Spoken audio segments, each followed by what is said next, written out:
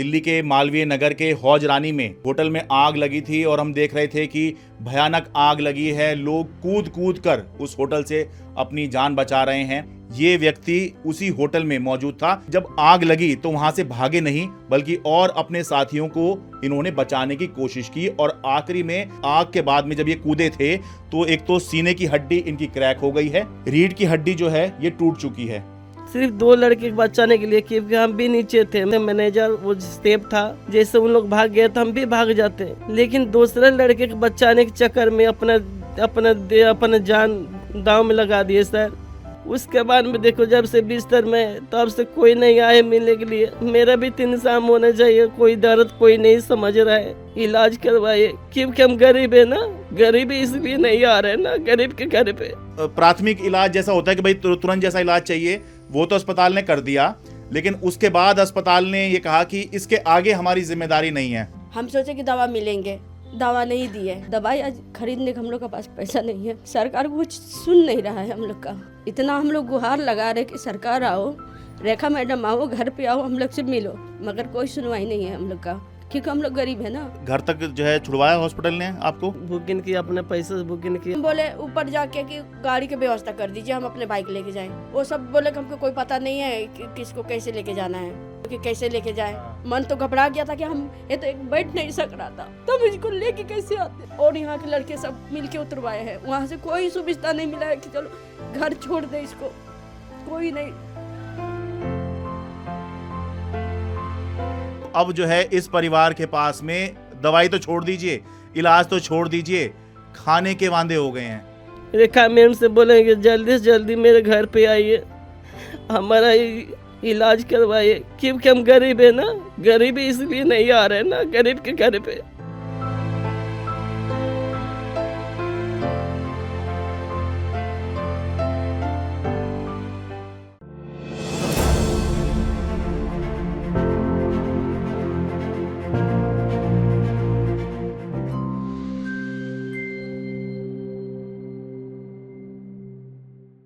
नमस्कार, मैं हूं शरद शर्मा।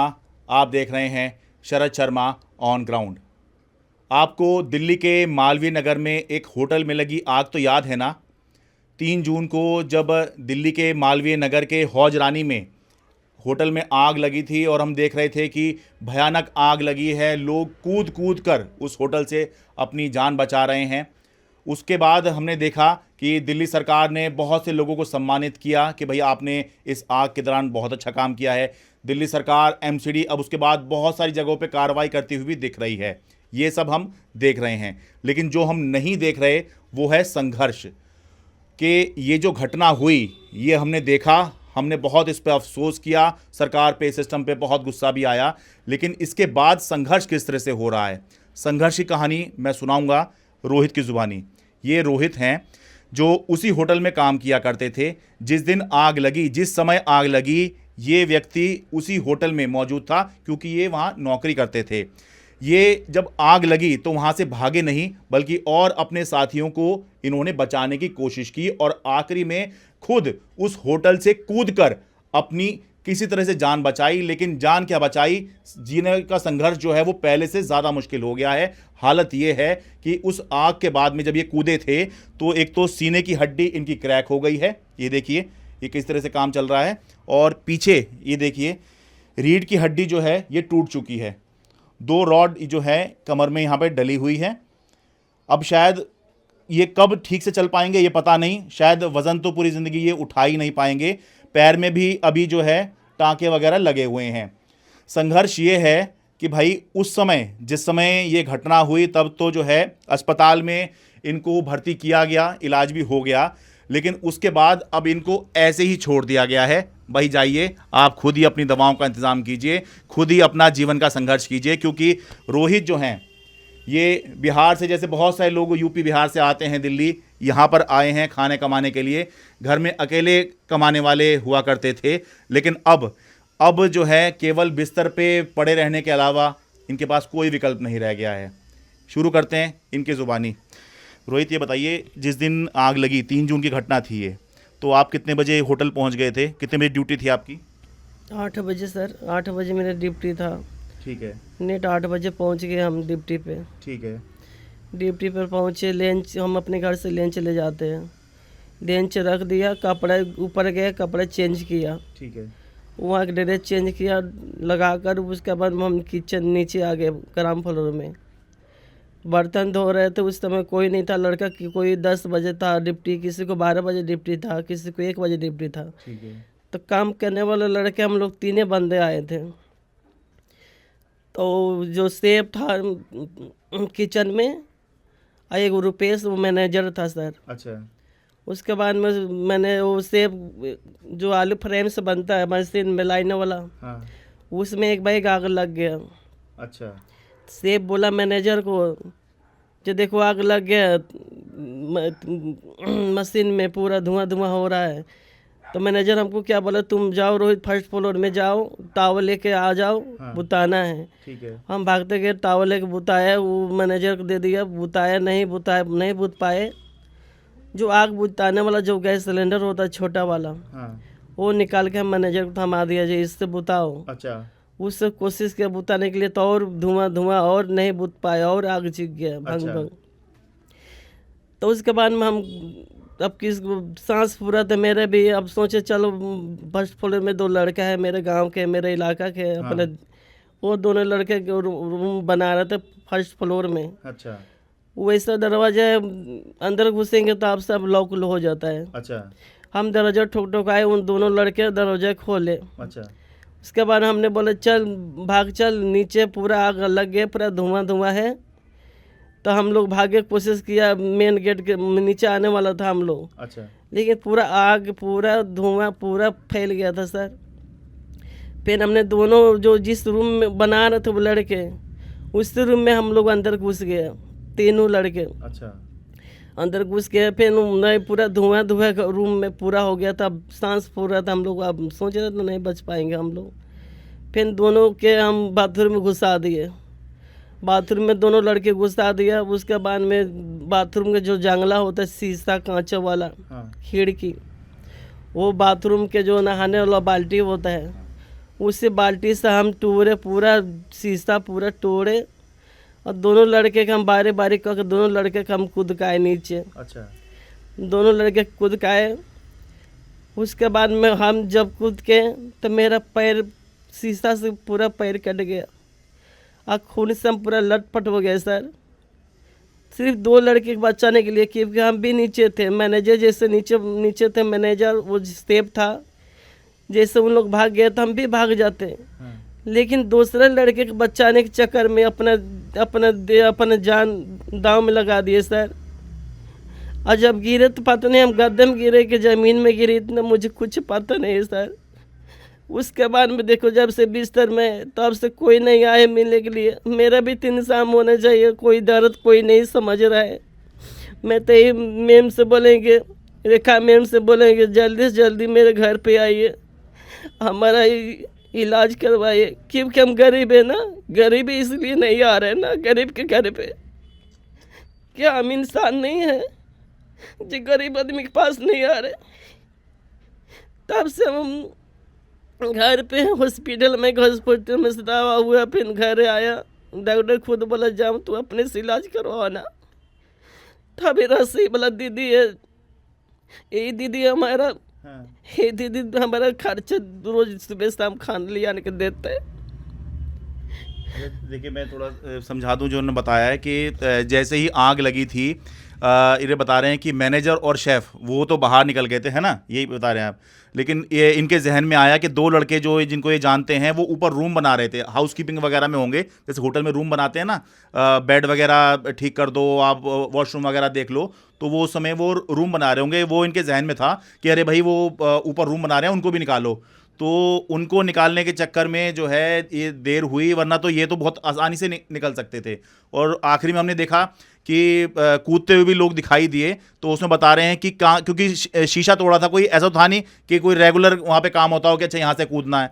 तो शीशा तोड़ा था और शीशे में जो है इनके ये पैर कट गया, यहाँ पे टाँके लगे हुए हैं देखिए यहाँ पर, ठीक है। तो उसी में बता रहे हैं। अब उसके बाद में इनको मैक्स हॉस्पिटल में एडमिट करा दिया गया और मैक्स हॉस्पिटल में इनका इलाज चला। लगभग हफ्ते भर आपका इलाज चला वहाँ पर, है? मैक्स हॉस्पिटल में। जी सर।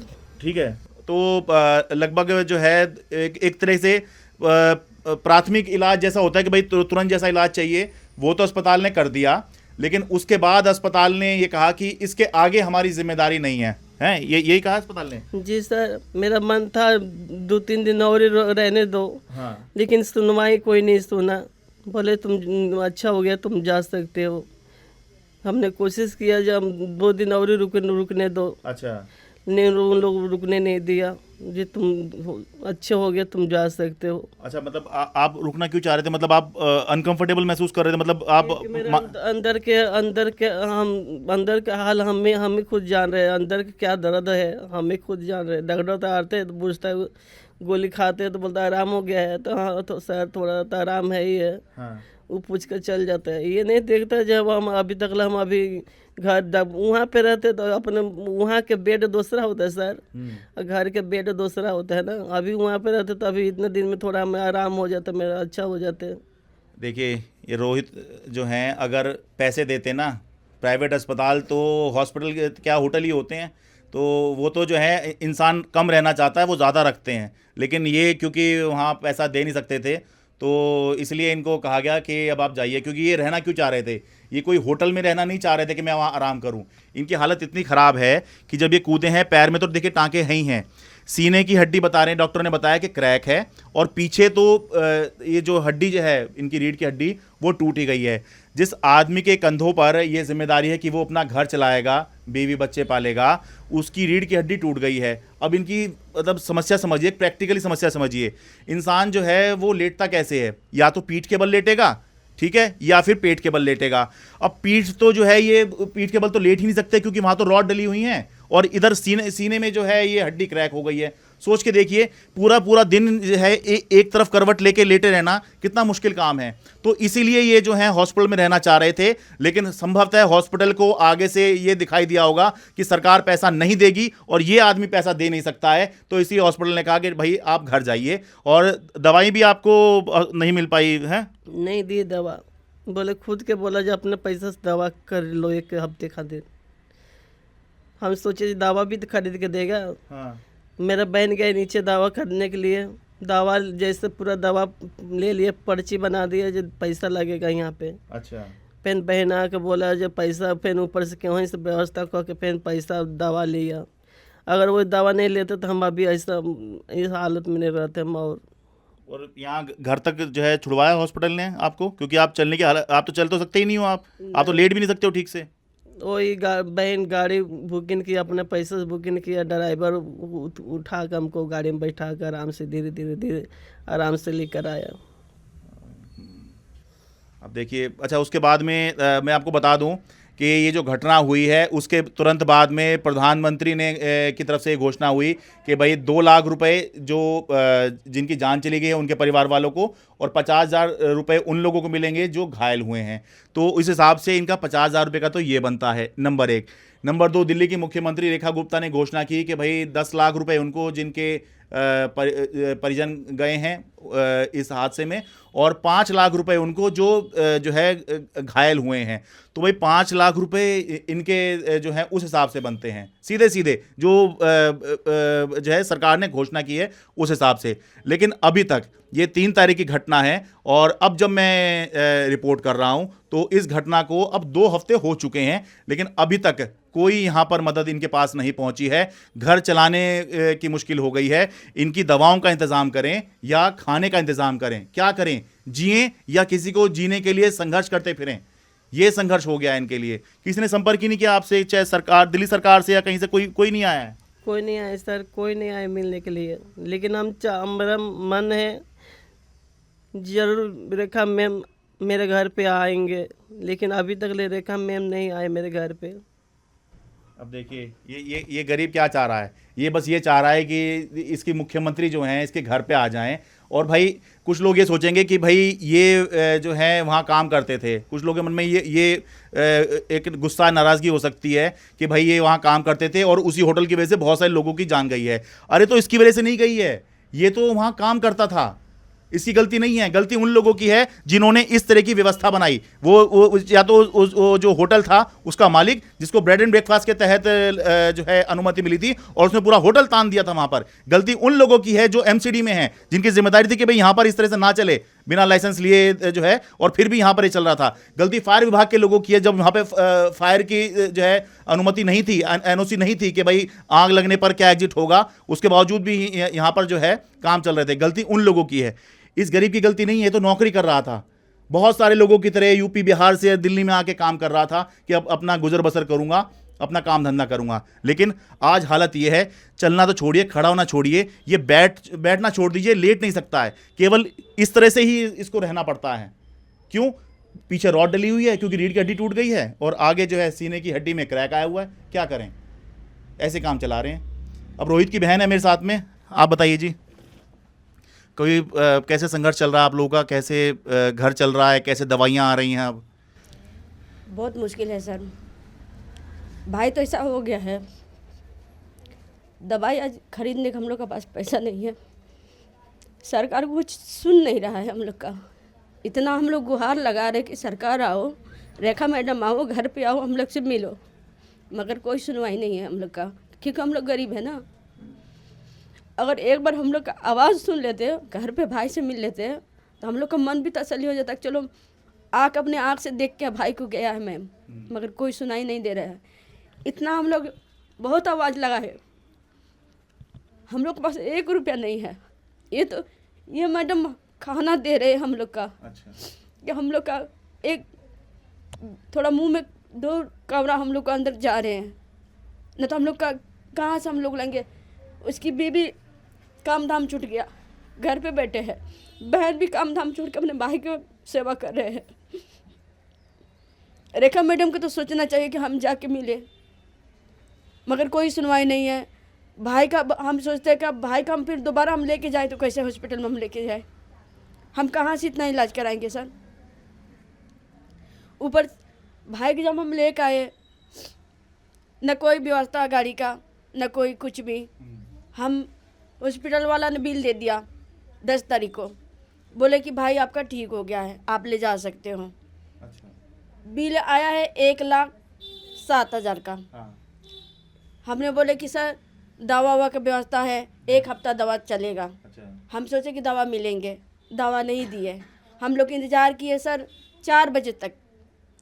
सिस्टर से हम बोले कि सिस्टर अभी तक ले दवा नहीं आया है क्या नहीं, हम कैसे बाइक लेके जाएं। बोले सिस्टर ने नीचे जाकर आप दवा ले सकते हो।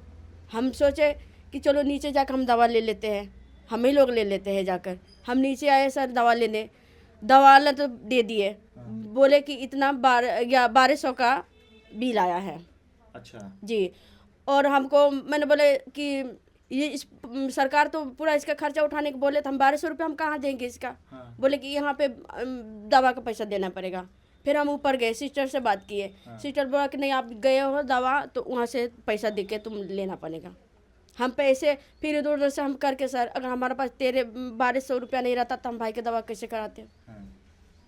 एक ऑपरेशन करने से तो नहीं होगा सर, उसको तो चाहिए ना पूरा दवा, मगर दवा नहीं मिले हैं मेरे भाई को। फिर हम 1200 रुपये हम अपने भाई की दवा हॉस्पिटल से लिए हैं, मैक्स हॉस्पिटल से। अच्छा। फिर हम बोले ऊपर जाके कि गाड़ी की व्यवस्था कर दीजिए, हम अपने बाइक लेके जाएं। हाँ। वो सब बोले कि हमको कोई पता नहीं है कि किसको कैसे लेके जाना है। फिर हम बहुत इंतज़ार किए, शाम होने वाला था। हम वहाँ से फिर अपने भाई को वही चेयर में बैठा के वो सब बाहर छोड़ दिए। हम वहाँ से ओला बुक किए। अच्छा। पहले तो हम सोचे कि ऑटो में लेके जाएंगे अपने भाई को कि कैसे लेके जाएं। हाँ। मन तो घबरा गया था कि हम ये तो एक बैठ नहीं सक रहा था, तो हम इसको लेके कैसे आते। फिर चेयर वाला जो छोड़ने आया था बाहर, उसने बोला कि दीदी ऑटो में तो नहीं ले जा सकते हो, ओला कर लो, गाड़ी में अच्छा होगा कि चले जाएगा। फिर हम लोग पढ़े लिखे नहीं हैं, ओला हम करवाए, ओले आया। फिर हम ओले वाला भैया को बोले भैया बोलो हमसे ज़्यादा पैसा ले लेना, मगर मेरा भाई को धीरे धीरे गाड़ी लेके जाना है।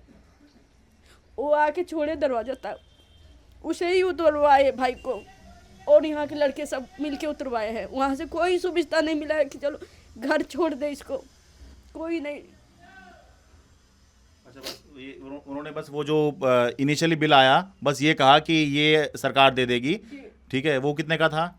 1,07,000 की बिल है। ठीक है भाई, देखिए ये ठीक बात है कि भाई सरकार ने जो शुरुआत में जो खर्चा आया सरकार ने वो वहन किया, दिल्ली सरकार उसको वहन कर लेगी। लेकिन इसके बाद भाई आप ये थोड़ी कर दोगे कि भाई अच्छा इतना हो गया बस इतना ही है, अब बाकी आप निकल लो। सोच के देखिए, आप अपने पे लेके देखिए कि अगर आपकी भगवान ना करे ऐसी स्थिति हो जाए, आप ओला में आ जाएंगे क्या? ओला उबर की गाड़ियों में आ जाएंगे? ये पूरे दिन इनको तिरछाई लेटना पड़ता है इनको, हैं? जी, ये पूरे दिन में ऐसे ही लेटे पड़े रहते हैं। वो बहुत मुश्किल करता है, वो कोशिश करता है कि उठ के बैठूं हम पहले जैसा, मगर हो नहीं पाते। अब देखिए जरा, जब मतलब जब जो बैठ नहीं सकता वो ओला में कैसे आया होगा, सोच के देखिए। ऐसे ही छोड़ दिया कि आप जाइए। अच्छी बात है क्या इस तरह से कर देना कि ठीक है आप चले जाइए। मैं जानता हूँ प्राइवेट हॉस्पिटल जो हैं जहाँ ये नहीं दिखता कि भाई उनका जो है खर्चा कवर हो पाएगा, वो जो है पेशेंट को ऐसे छोड़ देते हैं। लेकिन भाई इस मामले के अंदर तो जब दिल्ली सरकार इन्वॉल्व है, इतनी बड़ी घटना हुई है, तो फिर इस मामले को आप सामान्य मामले की तरह कैसे डील कर सकते हैं? सोच के देखिए, मतलब कैसे बैठा होगा ये आदमी। ये देखिए पूरे दिन अगर इस तरह से लेटने को मजबूर है, बैठा ही कैसे होगा? और कोई सोच भी नहीं रहा है इनके बारे में। क्या मतलब ये घायल नहीं हुए हैं क्या? शबाना जी हैं आपका नाम? जी, शबाना खान। तो कैसे ये एक एनजीओ से हैं, ये परिवार इसके इतने बुरे हाल हैं। 12,000 रुपये की नौकरी जो है रोहित यहाँ कर रहे थे। 12,000 मुझे लगता है कि ये तो मिनिमम वेज से भी कम है। हाँ, 12,000 रुपये की यहाँ पर नौकरी कर रहे थे, तो क्या इन्होंने जो है यहाँ पर जो है महल खड़े किए होंगे। तो अब वो 12,000 की नौकरी भी नहीं रही क्योंकि कुछ करने लायक बचे ही नहीं है। तो अब जो है इस परिवार के पास में दवाई तो छोड़ दीजिए, इलाज तो छोड़ दीजिए, खाने के वांदे हो गए हैं, खाने की किल्लत हो गई है। भाई खाएंगे क्या? तो शबाना जी जो हैं वो रोज़ाना जो है खाना लेके आ रही हैं, तब जो है ये अपने आप को, ये परिवार जिंदा रख पा रहा है। बताइए मैम। जी, मैं जिस दिन से ये हॉस्पिटल से घर आए हैं, एक स्टूडेंट है जिसकी रोहित ने जान बचाई है। वो मेरे सहेली एनजीओ में काफ़ी टाइम पहले स्टूडेंट था। उसके ज़रिए से जो रिपोर्टर्स हैं शीबा नफीसा खान अमन संदेश है, और दूसरी रिपोर्टर है शाहीन खान 4 PM से। उनके ज़रिए से मुझे मालूम हुआ कि ऐसे रोहित था, स्टाफ में काम करता था और उसके साथ ऐसे हो रहा है। तो मैं उसी दिन से यहाँ आ रही हूँ, खाना लेकर आती हूँ, उनके साथ बैठती हूँ, उनको खिलाती हूँ, इनकी हिम्मत बढ़ाती हूँ। जितना मुझसे हो रहा है मैं इनको टाइम भी दे रही हूँ, और मेरी मुमकिन कोशिश है कि मैं इनकी हर तरीके से मदद कर सकूँ। तो आप देख ही रहे हैं कि सारी हालात देख रहे हैं कि एक ही अकेला कमाने वाला इंसान है, वो बेड पर है। वो अब इनका घर का खर्चा कैसे चलेगा, इनके घर का किराया कैसे जाएगा। तो मेरी सिर्फ आपके चैनल के माध्यम से यही गुजारिश है, रेखा गुप्ता से मैं अपील करती हूँ कि वो जल्द से जल्द रोहित से मिलने आए। रोहित की जैसे भी मदद हो, जैसे भी उन्होंने अनाउंस किया है अमाउंट का, पैसे का, वो जल्द से जल्द इनको देने की कोशिश करें। और देखिए हम भी यही अपील करते हैं कि भाई अगर आप जो है इनकी मदद करना चाहें, हर चीज़ जो है वो ऐसे नहीं होती है कि हम जो है बस डेली के उसमें कर रहे हैं, हम समाज के प्रति भी जिम्मेदारी होती है। तो भाई अगर आपको लगे कि इनकी मदद करनी चाहिए, इस परिवार की मदद करनी चाहिए, इस परिवार को टूटने से, ख़त्म होने से बचाना चाहिए, अगर आपको लगता है कि भाई इनका जो संघर्ष है वो बिल्कुल जायज़ है, वो वाजिब है, और कम से कम इनको इस तरह से जो है नहीं रहना चाहिए, इस तरह से लेटे नहीं मिलना चाहिए, तो आप चाहें तो इनकी मदद कर सकते हैं। ये अकाउंट डिटेल मैं इसमें दे रहा हूँ, डिस्क्रिप्शन में भी आपको मिल जाएगा। तो आप चाहें तो इनकी मदद कर सकते हैं। लेकिन मैं इसमें किसी को दोष नहीं दे रहा हूँ, हमारी व्यवस्था ऐसी हो चुकी है, चाहे हम किसी को भी कहें। लेकिन भाई हम ये कह रहे हैं कि भाई जब इतनी बड़ी घटना हुई है, सब में चर्चा है, तो उसके बाद जो है ऐसी स्थिति कैसे हो सकती है? और कुछ नहीं तो कम से कम जो आपने ऐलान किया है, जो घोषणा की है, वही दे दीजिए। 5 लाख रुपए दिल्ली सरकार ने कहा है कि घायलों को मिलेंगे, और 50,000 रुपये जो हैं वो केंद्र सरकार ने प्रधानमंत्री राहत कोष से देने का फैसला किया है। तो 5.5 लाख रुपए इनको वैसे मिलने चाहिए। और हालांकि इससे भी इनकी जो है समस्या कम नहीं होगी। क्यों भाई? पहले तो इनको इलाज कराना है, ठीक है, और फिर जो है ये सोचना है कि आगे जीवन कैसे चलेगा, कि ये व्यक्ति कब अपने पैरों पे खड़ा होगा और कैसे इन लोगों का घर चलेगा। तो आपको अगर लगता है तो भाई हम भी अपनी जिम्मेदारी समझते हुए ये रिपोर्ट कर रहे हैं। अगर आपको लगता है कि भाई इनकी मदद की जानी चाहिए, ये बिल्कुल जेन्युइन केस है, तो भाई आप जो है मदद कर सकते हैं। अकाउंट डिटेल मैंने आपको इस पर स्क्रीन पर दे ही दी हैं। दक्षिण दिल्ली के खिड़की एक्सटेंशन से अपने कैमरा सहयोगी अमन कुमार के साथ मैं शरद शर्मा।